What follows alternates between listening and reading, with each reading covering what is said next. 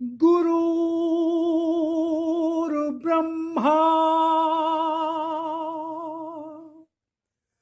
गुरुर्विष्णु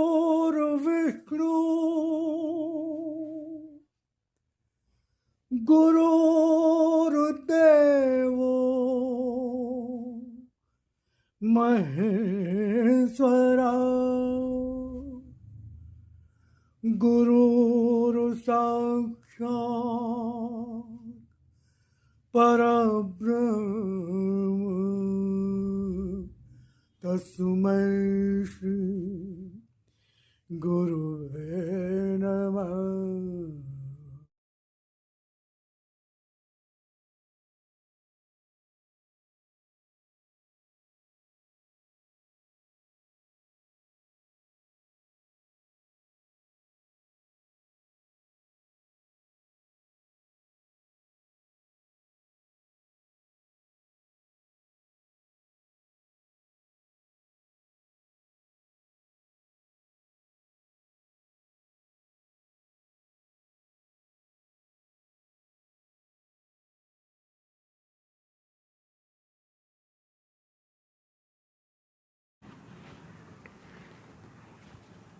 ओम शिवाय, ओम शिवारी, जय श्री राम। स्वागत है और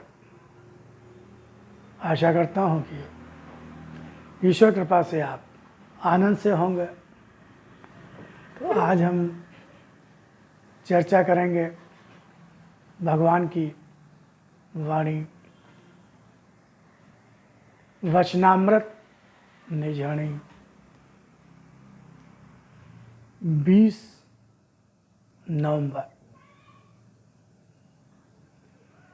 भगवान ने कहा, सत्य स्वयं शरीर का कारण है। सत्य स्वयं शरीर का कारण है। सत्य स्वयं शरीर का कारण है। सत्य शरीर सत्य का कारण नहीं है। शरीर सत्य का कारण है। सत्य स्वयं शरीर का कारण है। सत्य स्वयं शरीर का कारण है। शरीर सत्य का कारण नहीं। यानी सत्य, सत्य क्या है? शरीर में सत्य क्या है?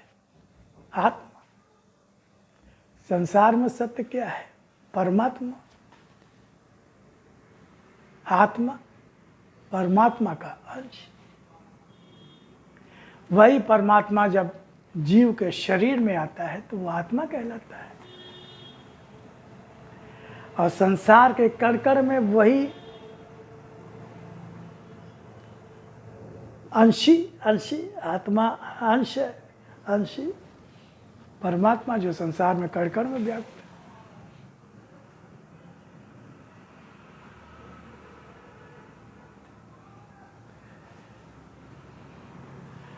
तो शरीर आत्मा से है। जब तक आत्मा शरीर में है तब तक ही शरीर चेतन है, कर्म कर पाने में सक्षम है। शरीर में चमक है, आंखों में चमक है। हम बोल पा रहे हैं, देख पा रहे हैं, सुन पा रहे हैं, चल पा रहे हैं, खा पा रहे हैं। हर चीज का स्थिति परिस्थिति को अनुभव कर पा रहे, जी पा रहे। आत्मा है तो जीवन है, आत्मा नहीं है तो जीवन नहीं है। आत्मा के निकलते ही शरीर निश्चेष्ट हो जाता है, निष्प्राण हो जाता है, निश्चल हो जाता है। उसमें कोई हरकत नहीं होती, उसमें कोई क्रिया नहीं। ना उसको सर्दी लगती, ना गर्मी लगती, ना भूख लगती, ना प्यास लगती।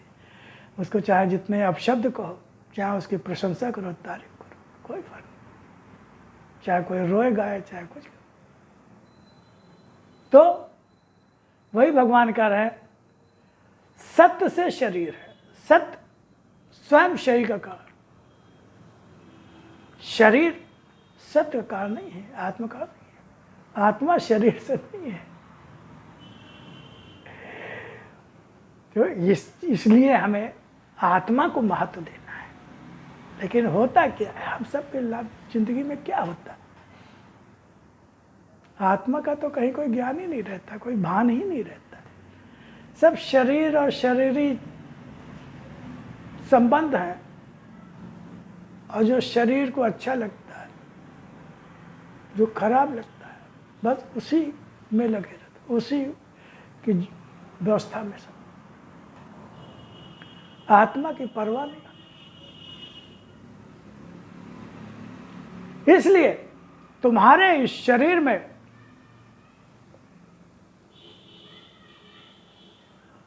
सत्य आत्मा का है। शरीर असत्य, शरीर असत्य, लेकिन सत्य के कारण ही यह असत्य हमें सत्य प्रतीत होता है, भ्रम प्रतीत होता है। सत्य के कारण ही ये असत्य हमें भासता है, हमें वास्तविक लगता है, सच्चा लगता है, सत्य के कारण, आत्मा के कारण। तो इस असत रूपी शरीर में सत्य जो है वो आत्मा का है, आत्मा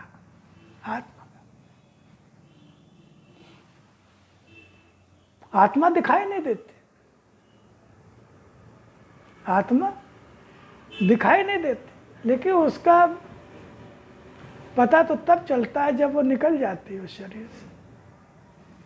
तब कहते हैं राम नाम सत्य, राम नाम सत्य है। तब पता चला, अरे ये तो इस वजह से उछल कूद रहा था, खूब अपने पे अहंकार करता था, घमंड करता था, मैंने ये किया, मैंने वो किया, मैं इसको देख लूंगा, मैं उसको देख लूंगा, मैंने ये सब साम्राज्य बनाया, मैंने बच्चों को पढ़ाया लिखाया, डॉक्टर इंजीनियर बनाया, इतने सारे गाड़ियाँ, बड़े बड़े बंगले, और ये खरबों रुपया, ये मेरा ऐश्वर्य, इतने मेरे फॉलोअर्स हैं, नेटवर्क, मुझे चाहने वाले हैं, क्योंकि मुझ में ऐसा कुछ है, मैंने ऐसा किया। क्या सच में तुमने किया? क्या सच में हमने किया?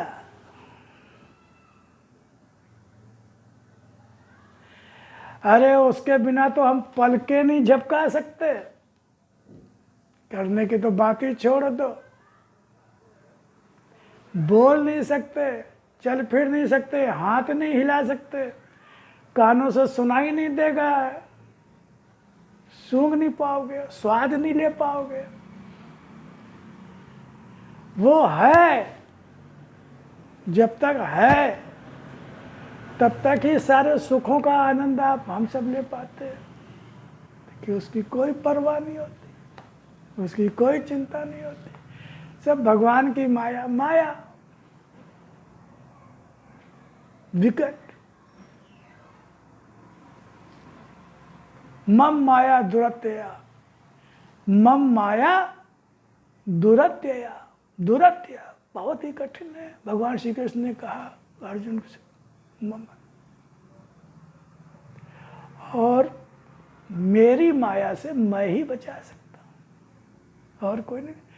चाहे जितना ज्ञानी हो, कुछ भी हो, ज्ञानी, बड़े बड़े ज्ञानी, विश्वामित्र जैसे ज्ञानी, वो भी फंस गए। जड़ भरत,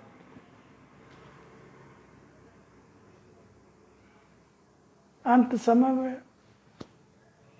एक मृग शावक के मोह में फंस गए, फिर उनको जन्म लेना पड़ा। मम माया दुरत्य, सिर्फ मेरा भक्त ही जो मेरी शरण में है वही बच सकता है, जब तक वो मेरी शरण में है।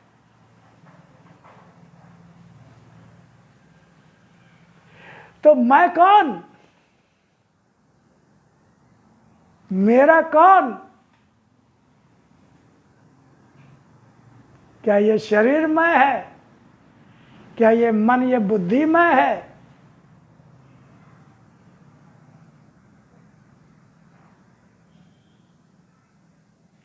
क्या रुपया पैसा धन दौलत पत्नी पुत्र परिवार पद प्रतिष्ठा ये सब मेरा है? ऐसा होता तो हमारी इच्छा अनुसार सब होता ना।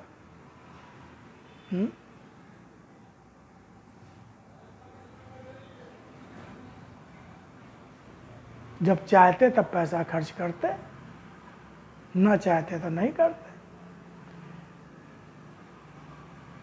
बहुत से खर्च ऐसे होते हैं जो मजबूरी में करने पड़ते हैं, सारी जिंदगी भर की जमा पूंजी एक झटके में निकल जाती है। चोर चुरा ले जाता है। ऐसे मान प्रतिष्ठा भी है। कौन अपमानित होना चाहता है, लेकिन आए दिन अपमान होता है। बचा पाता है कोई अपने मान को? क्या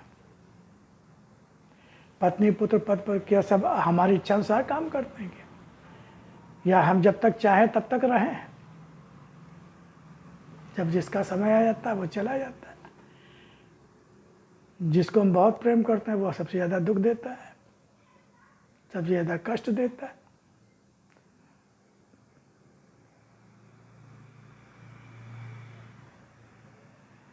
तो लेकिन ईश्वर परमात्मा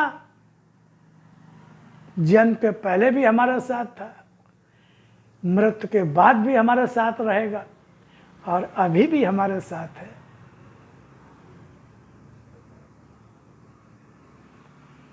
शरीर तो इसी संसार में मिला ना, और जब शरीर मिला तभी सारे रिश्ते नाते संबंध सब बने, और फिर यहीं छोड़ के आदमी चला जाता है, यहीं छोड़ के चला जाता है शरीर। सारे संबंध रिश्ते नाते सब यहीं चले जाते हैं,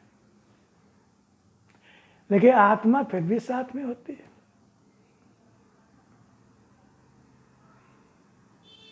जब आत्मा निकलती है तो जीव के साथ होती है, जीवात्मा।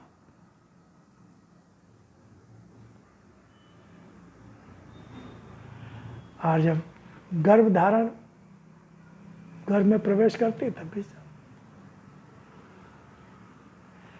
लेकिन हम उसी की चिंता नहीं करते, बाकी सारी दुनिया की चिंता करते हैं, सबकी चिंता करते हैं, सब।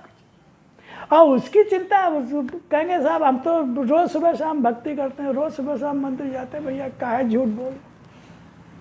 हाँ, जो सच में भगवान के लिए ही जाते हैं, जो भगवान को ही पाने के लिए जाते हैं, भगवान से वाकई उनको मैं श्रद्धापूर्वक पूर्ण रूप से नमन करता हूँ।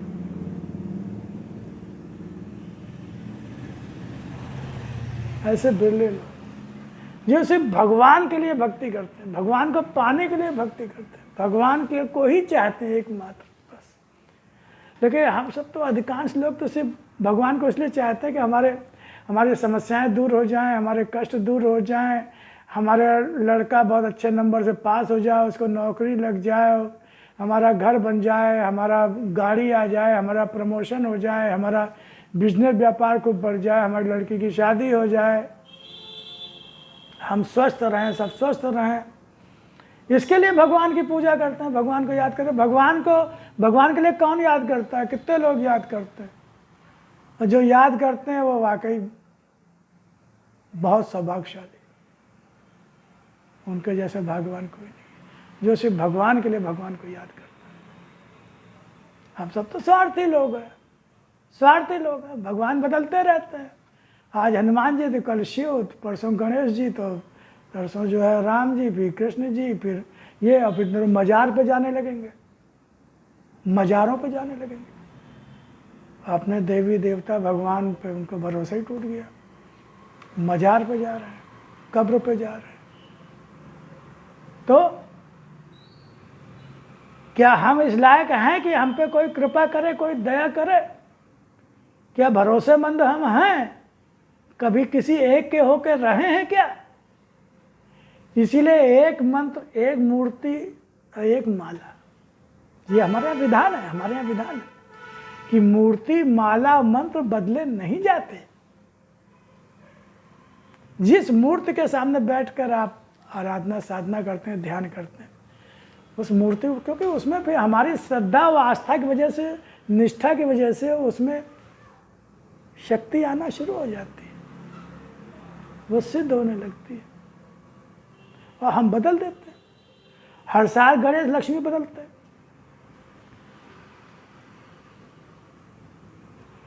हर साल दुर्गा जी की मूर्ति बदली जाती है। जब हम अपने आराध्य को नहीं अपने घर में रख सकते, उनको हर साल बदलते हैं, तब किसके हो पाए, किसके हो पाए? उन्हीं को विसर्जित कर देते हैं। अपने माँ बाप को आप विसर्जित करते हो क्या?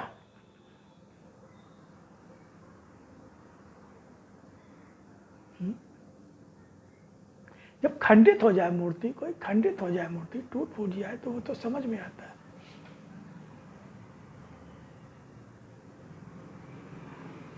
आराधना करेंगे 14 दिन, 15 दिन, 10 दिन, और उसके बाद किसी नदी में, किसी सरोवर में प्रवाहित कर देंगे। कैसे भक्त हो भाई?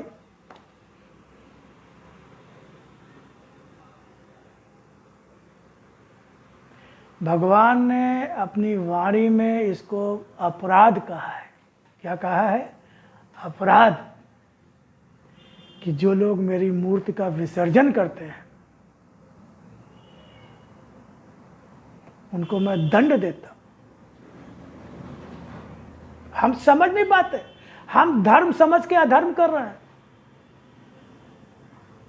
इतनी व्यापारिकता आ गई है, इतना बिजनेस आ गया है कि कोई सही मार्गदर्शन करने वाला नहीं, कोई सही बताने वाला नहीं है। सही बात लोग कहने में डरते, घबराते। इसीलिए तो भगवान की वाणी, भगवान लिप रूप में आए।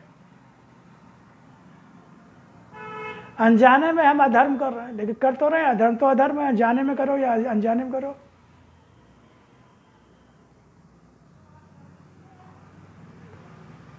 Ignorance of law has no excuse, है ना? एक सेंटेंस है ना, एक मंत्र, एक वो नियम है। जो वकील है, जो एडवोकेट है, जो इन्होंने लॉ की पढ़ाई की, वो जानते हैं। उसमें ignorance of law has no. मैंने 1 साल किया है, मैं पूरा नहीं कर पाया, मुझे यही शब्द याद रह गया। Ignorance of law has no excuse, यानी कि किसी नियम या किसी कानून की जानकारी ना होना क्षमा का आधार नहीं बन सकता। आपको किसी अपराध से मुक्ति नहीं मिलती, क्षमा नहीं मिलती। जज आपको ये कह के आप नहीं बच सकते कि साहब मुझे इस नियम की, कानून की जानकारी नहीं थी, क्योंकि कानून की जानकारी प्राप्त करना ये आपका कर्तव्य है, कर्तव्य है। इतने सारे धर्मशास्त्र हैं, गीता, रामायण, वेद, उपनिषद। कहाँ विसर्जन बताया गया है? रामायण में बताया गया क्या? गीता में बताया गया क्या? कहाँ बताया गया? विसर्जन कहाँ बताया गया? गीता में बताया क्या भगवान ने? रामायण में बताया क्या? कहाँ बताया गया? किस वेद उपनिषद में बताया गया? ये सब बाद में परंपराएं शुरू हुई। भगवान ने अपराध कहा, तो भगवान कह रहे इसलिए तुम्हारे शरीर में सत्य आत्मा का है, शरीर का नहीं। सत्य आत्मा का, शरीर सत्य नहीं है। शरीर की अपनी कोई क्षमता नहीं है, कोई अपनी शक्ति नहीं है। शरीर का अपना एक गुण होता है, वो जब वो विनाशी है, परिवर्तनशील है, बदलने वाला है, नष्ट होने वाला है। इसीलिए शरीर की अवस्थाएं बदलती हैं, शरीर की अवस्थाएं बदलती हैं। बुढ़ापा आ जाता है, लेकिन मन जवान रहता है। मन परेशान करता है, काम, क्रोध, लोभ, मोह।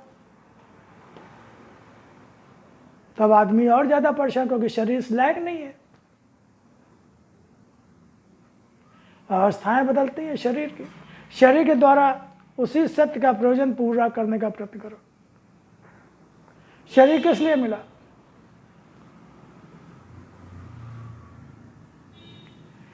जन्म मरण से मुक्ति के लिए मिला, भगवान की प्राप्ति के लिए मिला, क्योंकि इसी शरीर के माध्यम से ही भगवान मिल सकते हैं, और कोई रास्ता नहीं है। सारी योनियां भोग योनियां हैं, देव योनि भी भोग योनि है, कर्म स्वतंत्र नहीं है। सिर्फ मनुष्य योनि में ही हम कर्म बंधन से मुक्त हो सकते हैं, और जब तक कर्म बंधन से मुक्त नहीं होंगे तब तक भगवान की प्राप्ति नहीं होगी। भक्ति सिर्फ मनुष्य योनि में ही हो सकती है।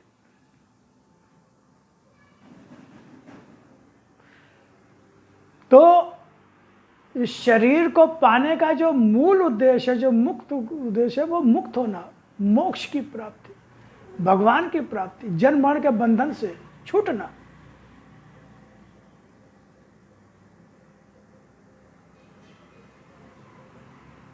भक्ति करने के लिए शरीर मिला, लेकिन भक्ति नहीं करते, बाकी सब कुछ करते हैं। ये सब कर्म कांड करना और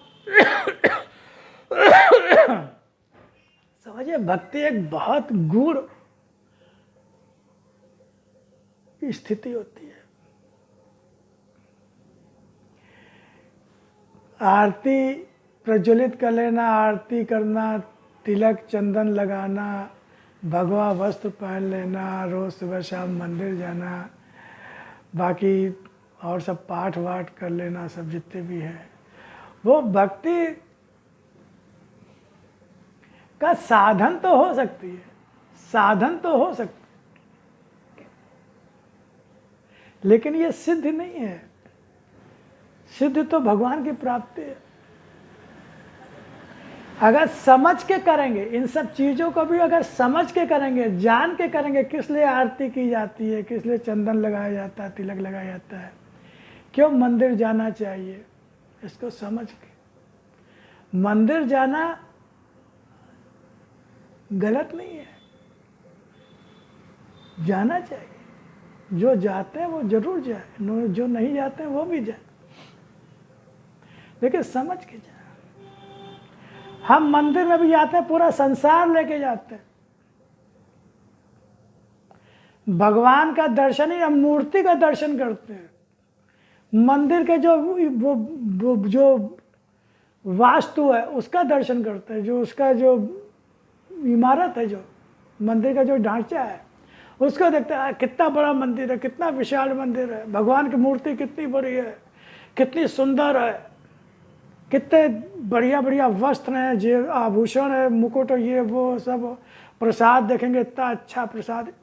हम इन सब चीज़ों में फंस जाते हैं, बाहरी रूप में फंस जाते हैं। भगवान का असली दर्शन तो कर ही नहीं पाते, करते ही नहीं। बहुत कम लोग होते हैं जो भगवान का दर्शन कर पाते हैं मंदिर में जाके। भगवान का जो स्वरूप है, भगवान का जो गुण है,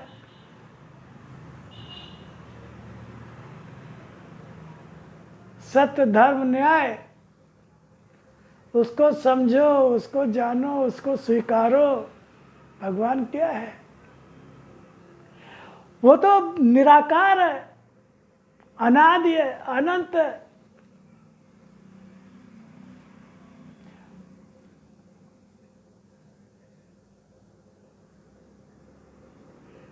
वो मूर्ति में होते हुए भी केवल मूर्ति में ही नहीं है, जो कण में है, सर्वत्र है। पूरा विश्व जिसमें समाया हुआ है, और जो विश्व के कण में है, चेतना शक्ति के रूप, सारे रूप उसी के। यही तो भगवान का विराट रूप है, ये तो भगवान का विराट रूप है। ये पहाड़, ये वृक्ष, ये नदियाँ, ये आकाश, ये सूर्य, चांद, सितारे, चित जल पावक गगन समीरा, ये पंच तत्व, ये सब भगवान के ही रूप तो है, भगवान की ही शक्तियाँ तो है। क्या उस मूर्ति में ये सब देखते हैं हम? क्या?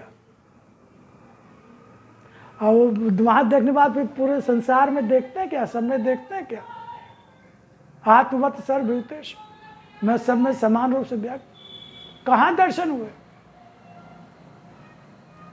तो इस चीज़ को समझना है, जानना है, और शरीर के द्वारा उसी सत्य का प्रयोजन पूरा करने का प्रयत्न करो। मुक्ति, मोक्ष, भक्ति, भगवान की प्राप्ति सच्चे मन से सिर्फ भगवान मिल जाएगा। संपूर्ण जो विश्व का स्वामी है, संपूर्ण जो लक्ष्मी जी उनकी अर्धांगिनी, लक्ष्मीपति है। अरे लक्ष्मीपति मिल जाएगा तो क्या लक्ष्मी जी की प्राप्ति नहीं होगी? अगर भगवान ही मिल गया, और ये पूरे विश्व का मालिक भगवान है, अगर मालिक आपको मिल गया तो फिर क्या संसार में किसी चीज़ का अभाव होगा क्या? ये दुर्भाग्य है हम लोगों का कि सब कुछ मांगते हैं, भगवान को ही नहीं मांगते। सब कुछ मांगे और भगवान को मांग लो, भगवान मिल जाए तो सब कुछ अपने आप मिल जाए। योगक्षेमम वहाम्यहम्, योगक्षेमम वहाम्यहम्। संपूर्ण शक्ति का स्वामी है वो, संपूर्ण शक्तियों का स्वामी है वो। उसके लिए कुछ भी असंभव नहीं, उसके नियंत्रण के बाहर कुछ भी नहीं, उसके विधान से बाहर कुछ हो भी नहीं सकता। तो हम इस चीज़ को समझेंगे, जानेंगे और सच्चे मन से भगवान का स्मरण करेंगे, ध्यान करेंगे। उसको कोई कर्मकांड करते हो करो, हम मना नहीं करते, हम कर्मकांड को मना नहीं करते, आप करिए, क्योंकि वो रुचियाँ होती है।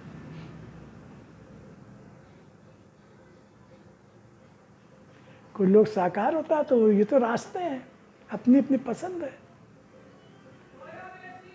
तुलसीदास जी ने कहा, सगड़ो पासक मोक्ष न लेहि, सगड़ो पासक मोक्ष न लेहि।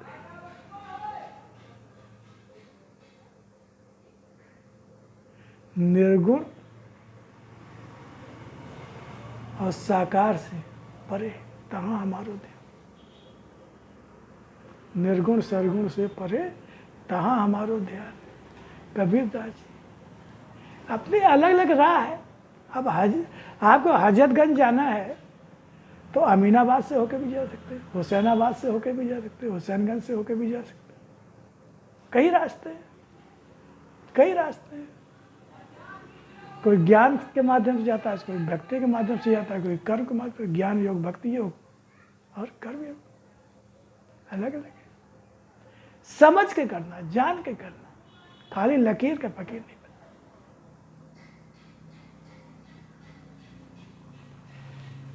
ओम शिवाय।